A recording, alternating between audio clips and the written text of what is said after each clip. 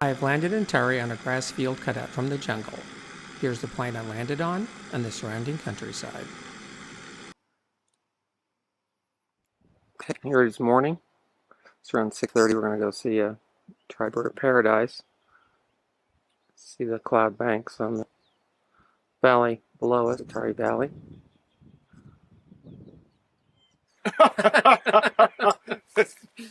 The imagination wanders on that one, right? Exactly. I don't know who's which, but okay. Morning here in Emballage. We're standing out overlooking the Tari Valley. You can see the cloud back up there. Very beautiful morning this morning. Getting ready to go to the Bird of Paradise. The birds of paradise are a unique group of an incredibly beautiful species native to Papua New Guinea, Indonesia, and Australia. Their feathers are used in the colorful huli wigs. Fortunately, birdwatching tourism has dramatically decreased the hunting of these amazing animals. Bird of Paradise. It's a falcon's nest. Oh, It is. wow. Oh, yeah. Beautiful. Oh, look at that. Oh, what a shot. We just nail. It's this Stephanie's. Just Stephanie, the nail. Oh, yeah. Bright blue. Bright blue on the crown. Bird of Paradise on tail. Let it go, son. That's tough tummy guys. What is it? Oh my God, he doesn't. Yeah, beautiful iridescent.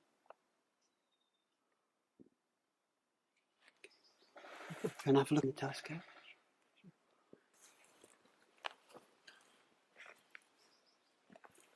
Oh, look.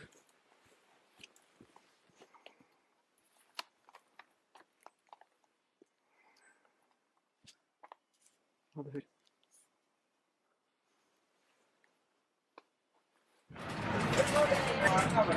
It's a fairly typical Highland house, land area. It's kind of a store area. These mats are woven and then they're used for the walls of the house. So this is kind of a commercial area. And see the office here is near that.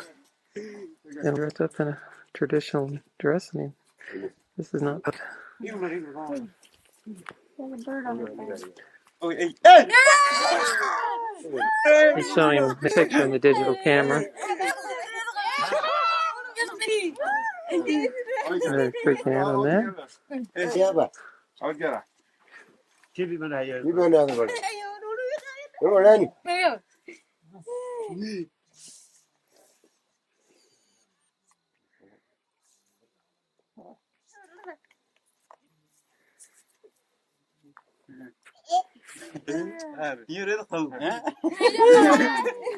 It's the woven area and the woven mat. The woven mats these mats are used to build the homes of the people here.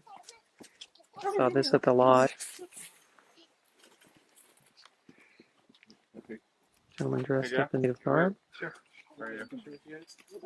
Everybody getting their pictures made.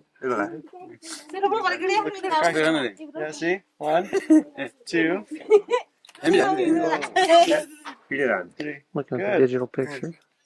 1, 2, 3. Good. Good. Great. Yeah,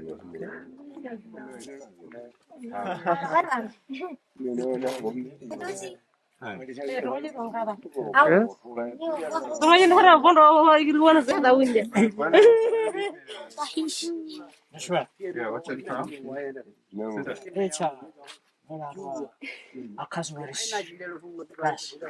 Cassowaries. Tail. Many cartridges. Yes. All parts. Nice. Very nice. Local store. Very good.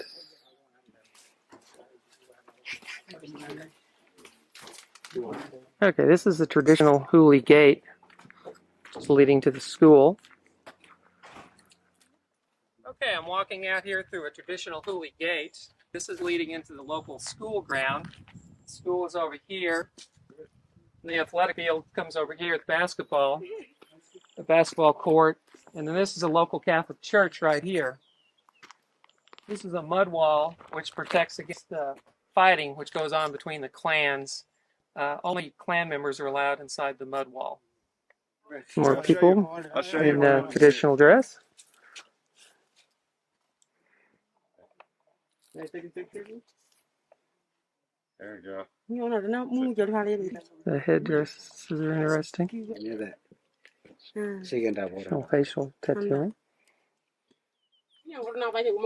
Gentleman wearing the traditional headdress in this area. Okay. Yes, the area we're driving down from the lodge, or even we're going up to the gap, and further down to the valley, the clans called Hale, and Hale has 9 sub-clans. And looking on to this clan is 1,500 people. While other clans called Baru clan, same number. Okay. Now, do the Hulis fight among themselves? The clans fight? Between the clans. The clans fight. If And then there's you a also tr- have intertribal and clan warfare? If there's a trouble between the sub-clans in one clan, then that have to be straightened out by hearing the word. And then they can pay a compensation payment. No clans war. No war and among the sub-clans. That's right. Just between the clans. How many clans are there? Whole area, I cannot give you the true word in the whole area of Tari, but I would say it's what 200,000 clans. 200,000 clans. 1,000 clans, And okay. the population of Holis, what came on the election back in 97, we had Mosquito? 97,000 people turn up for the election. Mm-hmm. So about 15 did not turn up to vote. Yes. So I would say it's nearly 150,000 Holis. So the Hulis go from the top of the mountain. Oh, 200,000 No. clans in the whole. No. Yeah. Where do the Hulis go? Holis, Who's- even way up in behind these big mountains. Okay. All that, All this is Huli? all this Huli. Hang on. Behind the big Now mountains? we're in the Tari Basin. There are mosquitoes. In the Tari Basin, okay. I don't think there's. So the top from the they go from the tops of these mountains to the valley, right? To the valley. Okay. And even way up. And we where? about 100 kilometers further to the west, Uh-huh. then to the south. And we're back behind about 40 kilometers from here. This is all Huli. Okay. Have the same language. Huli is the second largest in Papua New Guinea. Uh-huh. And Huli is the largest in our own province in the Southern Highlands. Okay. Wabak is the largest in Papua New Guinea. And one tribe, the tribe called Obena.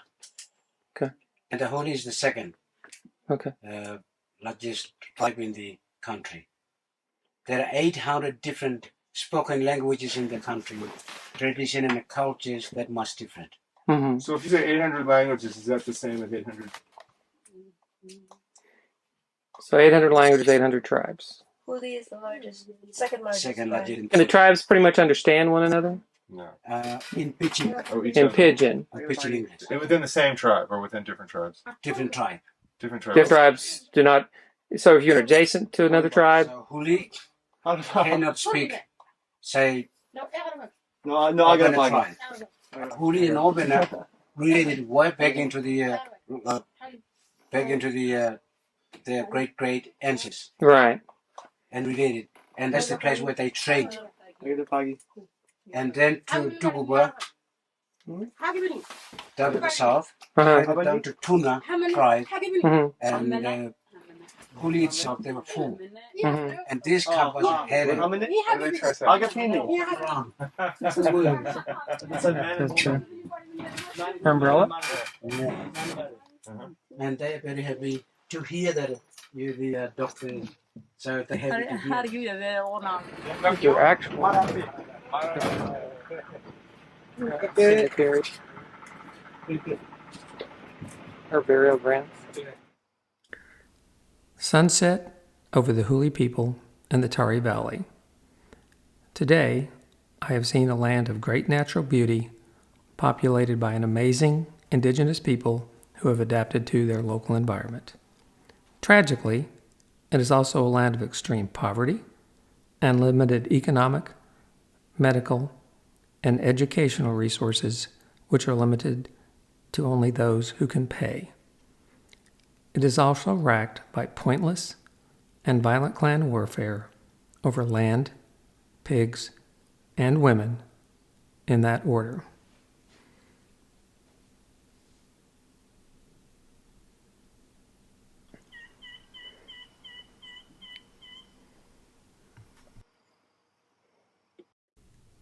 The Huli compounds separate the men's house from the house of the women, pigs, and children under the age of 8 by a ditch, which is maintained by the men.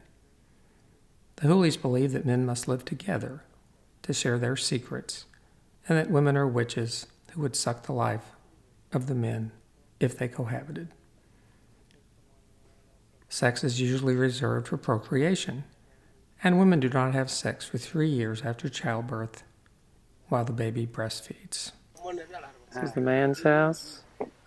You get a WWF hat. Here's the garden, the man's house, I took him around. Good. Very nice. Good. boundary, which helps keep the pigs under control, the woman's garden, and then the woman's house. Traditional People's, Huli grave what type you site see, nothing been set up or to Yeah. on stilts. only the dressing up all this. Everywhere. Yes. This And woman is dressed then in a up to traditional 1940s, widow's like- garb. This headdress is especially traditional. and this has been They thrown still off. continue to wear this, but now they wear 1948 t-shirts to or generally 49. tend to wear black. They have to And mourn for about 9 months to a we year. have first They Australian can who come, remarry. settle down where the airport is. Yes. And this Built the lady has airport on in another 1952. traditional Finished headband. in early in 70s. No more skate. So that's one more. Yes. Okay. So that's the widow because it's longer. Longer. Right. Okay. And This woman the is dressed up in the traditional painting, she used to have a white clay all widow's over the body. Okay. But garb. herself, the red, headdress, black, is especially common in this yellow. area. It's still worn So that generally would for Western be, you clothes. probably see on Wednesday. This woman is displaying how a Huli widow paints her face red, black, and yellow as a sign of mourning. The widows also wear long headdresses with the same colors. With bare feet. His bare feet. They used to. We can't do that. Yeah. We No, just- I can't do it for sure. I would look down. Okay, here we are at a traditional Huli village. Over here we have the men's quarters divided by this mud wall. This provides protection against intruders. Intruder has to penetrate this, get in, and get out. It also keeps the pigs from crossing and getting injured or getting lost. These kids are showing amazing dexterity walking across this log. We're all amazed. Over here you have the woman's quarters, the woman's garden, another mud wall protecting their side of the compound. This is like the This woman is the only community healthcare worker in the Tari Valley. In this video, she discusses encouraging the clans to contribute to the construction of a medical building, as well as to follow sanitary measures such as digging toilets and disposing of rubbish. She also discusses the recent deadly malaria outbreak among the Hulis and the difficulty obtaining medication, in part because they do not have a post office in the valley. We try to teach them to dig toilets, rubbish out, where to throw the cleans, dispose rubbish. It's a new program we are teaching them. Since We as in you. yeah, ourselves, community teaching community. So are you the only CHW? Yeah, I'm the only one. Only one here. I went and asked because the number in here is too much. Yeah. So I went and talked with the boss to give me another stuff, and they said go back and put a building, but needs money. Oh. So the people won't get together and build a building. You're getting a new building now, right? We at the ward that thing here tomorrow when you come, I'll show you. Okay. It's put up by the community. Okay, great. And we contribute. Some contribute in cash. Yeah. Whatever they can contribute, they contribute and we put it up. Jennifer, what's your last name? Pi, Bye. IP. AI. Yeah. So you're saying malaria up here too? Malaria is outbreaking here. Really? See, I Really think there are high. mosquitoes here. I've seen So, them. and many are resistant to chloroquine and quinine. Yeah. Yeah. So that's why we talked to Steven, Uh-huh. and then he sent us that medicine, and then it's hardly for us to get medicine. You know what he sent? Uh, Malarium? Malax, Mefloquine? yeah, Mefloquine? that one he was trying to send, but it's Malarum? we have no post office in it. Okay. I'll show you the little box. These are some examples of the weapons that the Hulu warriors carry into clan warfare. This is a bone dagger created from the long bone of the cassowary bird. No, I'm the holy man. Everyday week. Everyday wig, yes. This is ceremonial week. Oh. This warrior discusses how his spear is constructed by showing initially how the tip of his spear is made from the sharp claws of the cassowary bird, as illustrated here. The claws are also used to make the tips of arrows, and the long bones of the cassowary are used to make the bone daggers traditionally used to kill clan enemies by stabbing them in the neck. The cassowary is an ostrich-like bird, which can reach a height of 6 feet. It is by nature aggressive, but imprints on the first thing that it sees at birth, which is a Huli warrior. In addition to being used to create the weapons of war, the cassowary is grown for food, while its feathers are used to adorn the colorful wigs of the Huli warriors. The quill of the cassowary is used as a nose piercing. As will be seen in later clips, the hide of the cassowary can be used for clothing, religious ceremonies, or to create a detachable spear shaft, which a warrior will carry into battle. The warrior finishes his description of the spear by stating that the shaft is made from a locally grown reed. Now, this is made out of the Cassowary cloth. This bamboo string. bamboo string. Cassowary. Cassowary Cloth. cloth. Yeah. Okay. This wood, bit. Here, Is that bamboo? Yes. Yeah. no bamboo. Bit here. Beat. Yeah. Some reeds or something. Some reeds, some type Hold of it. wood. Tomorrow you me big Yes. dress up. So tomorrow you're going to dress up as a Huli warrior? Yeah. You can picture. Okay. Yeah. It will come in you. Okay. Tomorrow. Okay. Somebody come in today. Anyone come down now. He break it go. You Oh. look him too. Nothing dry. He nothing pass. He break Not it. yet. No, look him. No, look. Oh, no. Smoking through the, I guess, traditional pipe. He's filled these leaves up with water, and he's going to, I guess, use that to mix the paint. Obviously dressed up in full warrior outfit.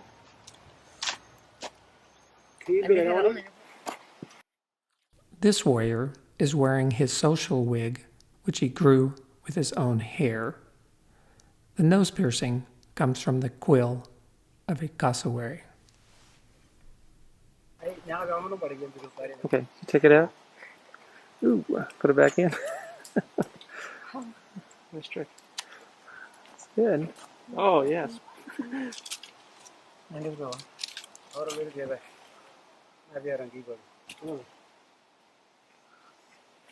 Now, the headdress is made out of, is that the bird of paradise, or what is that? Yeah. That's why. It's cassowary. Cassowary? Okay. Thank goodness. This is a bone dagger, traditionally used to kill clan enemies by stabbing them in the neck. Putting on the headdress, which is made of human hair. His hair, I believe. Okay, this is the more public one. If you go out, you would wear that. And then this is the ceremonial one, which if you're going to some kind of religious ceremony, or I guess war ceremony, you would wear this one. He's mixing up the paint and the leaves. Taro leaves. Taro leaves. Thank you. So at the He's base, now the head man painted who his has beard everything white. and he will do a Paint on his you know, yeah. legs. He will do a spotted paste Gentleman. painting. Oh, really? And Mr. Giguba, who has smoking, children, men, women, Is it, everybody. Before what are they smoking? Tobacco? tobacco. Oh. Before they didn't smoke tobacco. Yes. Okay,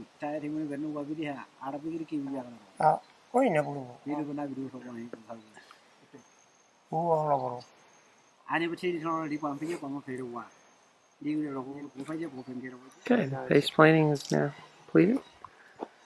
Again, the one on the left is the social headdress. The one on the right is the ceremonial headdress.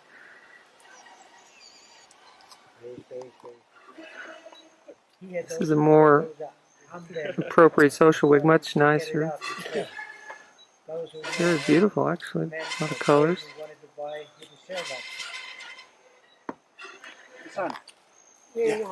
Makes you know the sun. So the shadows are bad. Actually, Ah, it looks good. Okay, we're standing here. This gentleman is wearing his social wig, hair that he's grown on his own and cut over a 7-year period.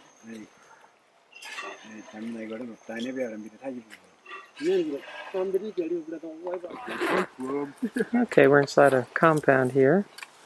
Again, this is the women's house. The women care for the pigs, the kids, and they grow the plants. Huh? They learned how to tie the pig, how to look after the pig. Okay, these are the women working in the fields. They're planting sweet potatoes. And then, as we've noted before, the men and the women's houses are separated.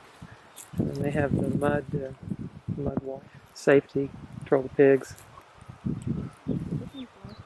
And then it's a burial site here. And then here's the women's house.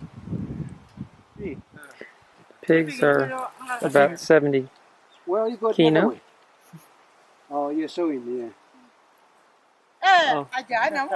This is the garden here. They divide this in half between the men and the women. And the men take theirs and cook it themselves to their own home. Grass skirts they're wearing.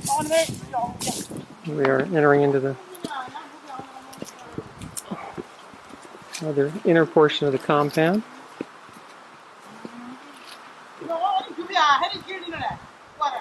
Okay, we're in the women's. And two brothers are digging. This is the kitchen, their house. The brothers digging the yams here, the sweet potatoes, pigs. Okay, here these gentlemen are digging yams in the traditional New Guinean dress. Their social head dresses on. Roberts. Right there. Tari. Example of a mud trench between the men and women's compounds. And the men maintain these. Just looking around the compound here. This is the pig house here. Pigs. This is the kitchen area. Up through this tree here. And this is the women's house. You can see this. Okay. Someone's house? Yeah. This is the women's house. Approaching the women's house. They get their heat right here. They have an open pit fire. Beds here. Okay, we're standing here in front of the women's house. We were just taking a look inside. Basically, they get heat from an open pit fire, which is burning right now, so I guess burns most of the time. Can't be good for their health to be breathing, that kind of stuff. Behind us here is the kitchen for the women. And this is all the women's compound that we're looking at. Look over here. We have the pig house, and then the fields of sweet potatoes that the women have planted, and the men were out there harvesting a little bit ago. to take home and prepare for themselves in their own homes.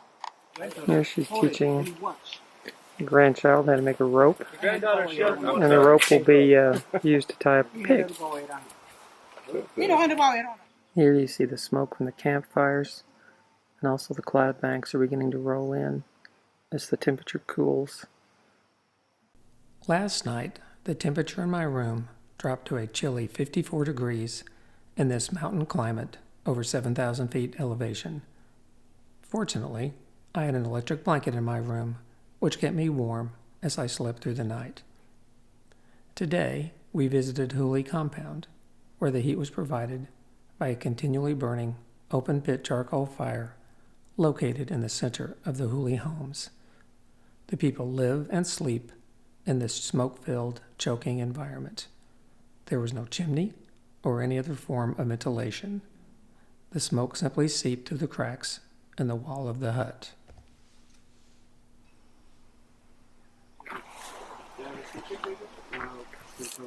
Here, I'm going to demonstrate making a fire. Dry grass.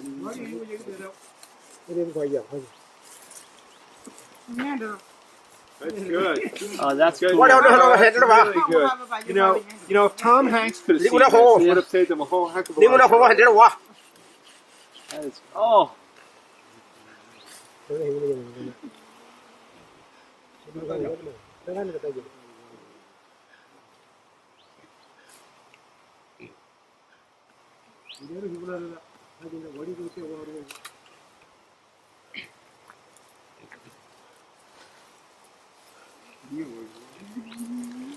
Just kind of see the ember in there.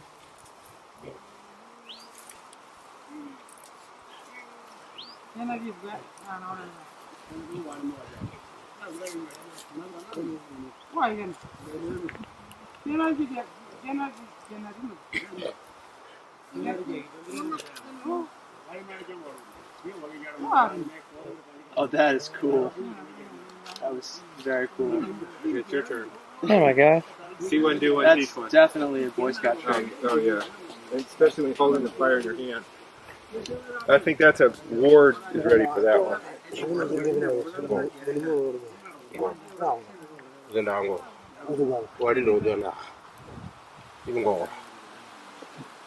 flame is going away here. So now Ward's going to eat that. Did we swallow fire? Woman carrying tree for firewood for the sweet potatoes.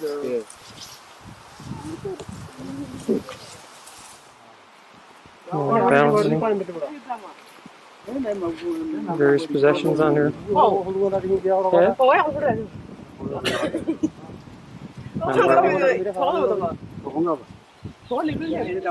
Got bread. Advice. My friend the Hulu Were you warrior. on the video? Recording? Yeah. I'm with my friend the Hulu warrior here this morning. Warrior. This is Joptis. See? This is Joptis. A shooting man or pig, Kaswari. This is Joptis. He go in body, die. Okay. This is because get hook. The shooting man or pig. He go in full heart. Okay. Two types member. This is Kaswari cloth. This is Kaswari cloth. Come apart.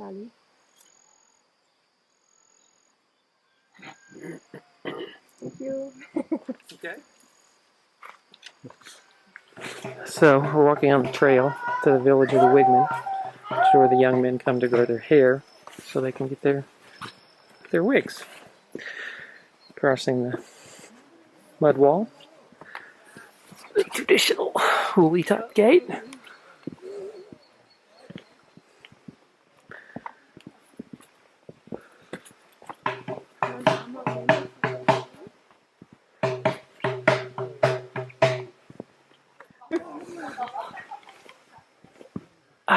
Hello. Good morning. Yes, money. The wig is a critical element of the Huli culture. Virgin Huli warriors come to the village around 14 years of age. They grow a wig every 18 months. At no point are women allowed in the village. Was sind die?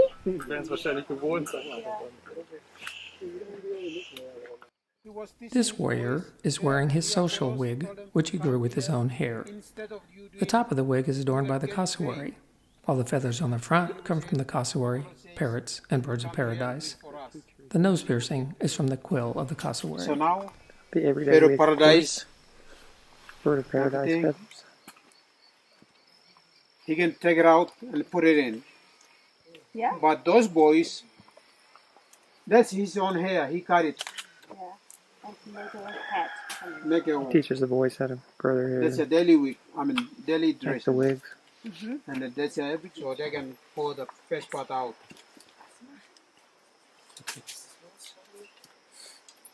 And secondly, they are going to use those leaves to pass the water, and then they are going to sprinkle onto their hairs.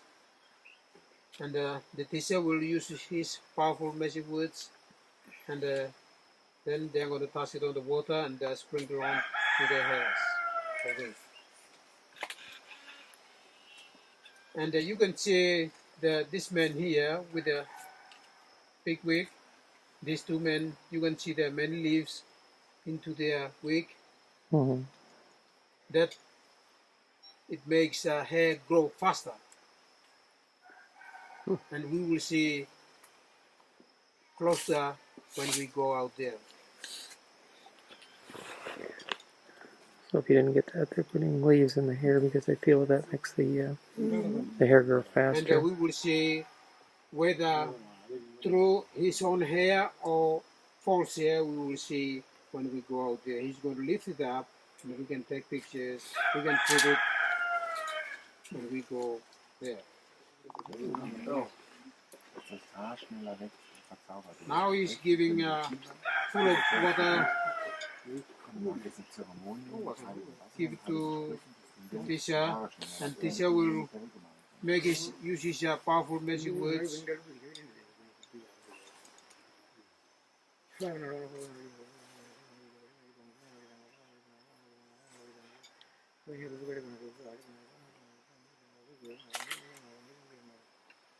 Now he's giving to them and sharing between them.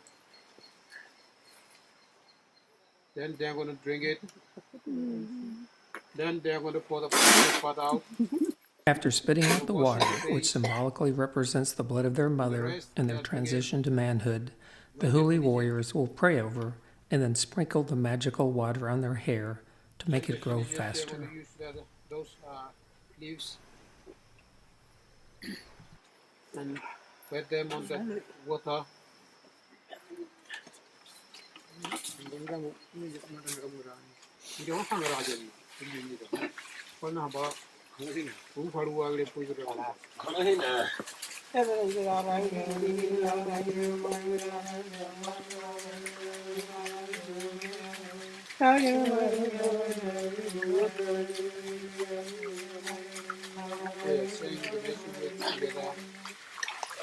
Because the teacher teach him how to say the magic words, and they are using the magic words together. The teacher teach him how to say the magic words. Because when they go out somewhere, when they want to pour the water into their wig, they have to say the magic words.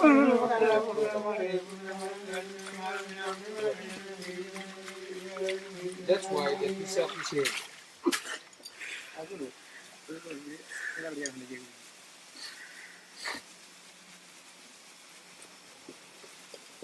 And they're growing their Just wigs. giving us the example. This is how they sleep because they don't want to Regional disrupt the form they're trying to give to the wig. This is uncomfortable.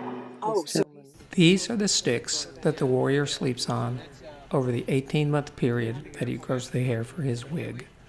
Multiple wigs may be grown during his stay in the village. Ceremonial one.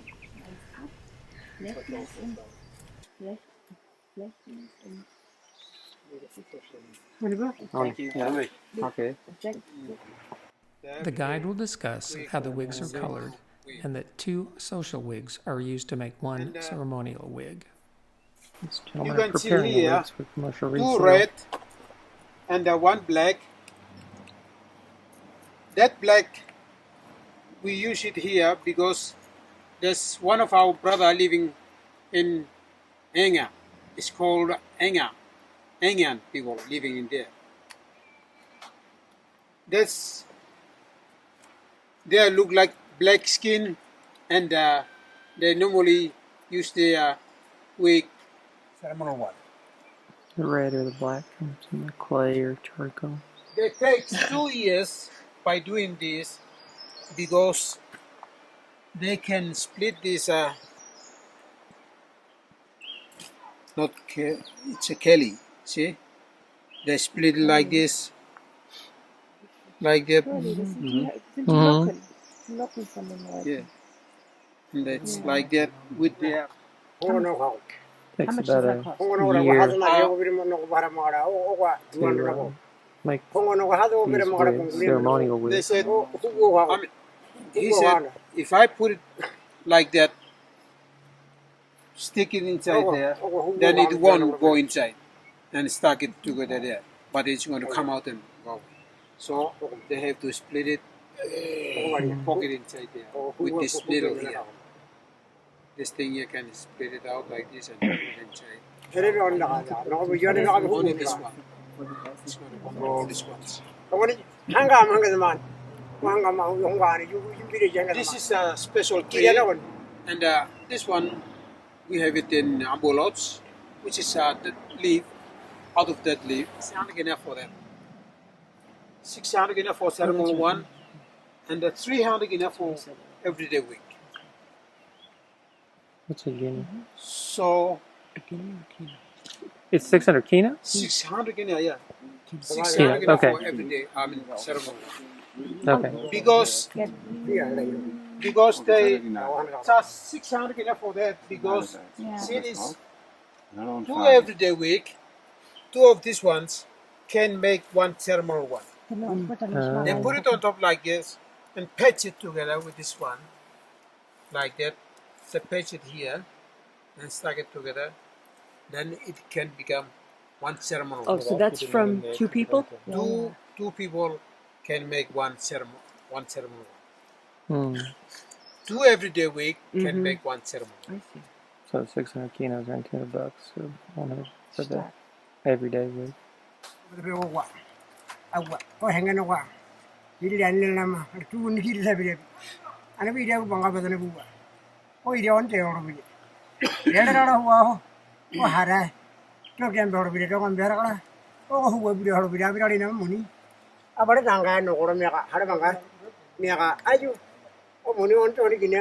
Bird paradise feathers here. Put it together and touch it. But the wig man, you won't touch it. No. Yeah. This one is everyday wig, so they can.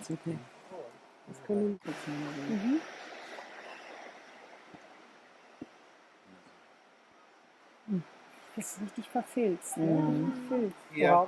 Tie it together at the back, and you will get pain. Pain. Pain, yeah. Yeah. Then you stay there like that until you finish with the cinching, and then they're going to remove it. Automatic.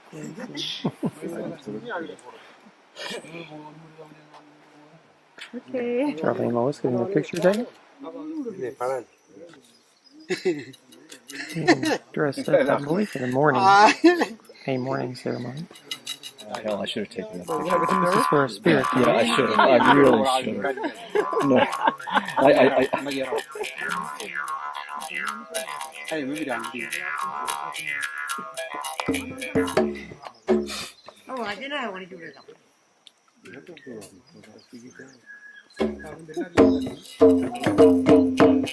Well, should never get that far.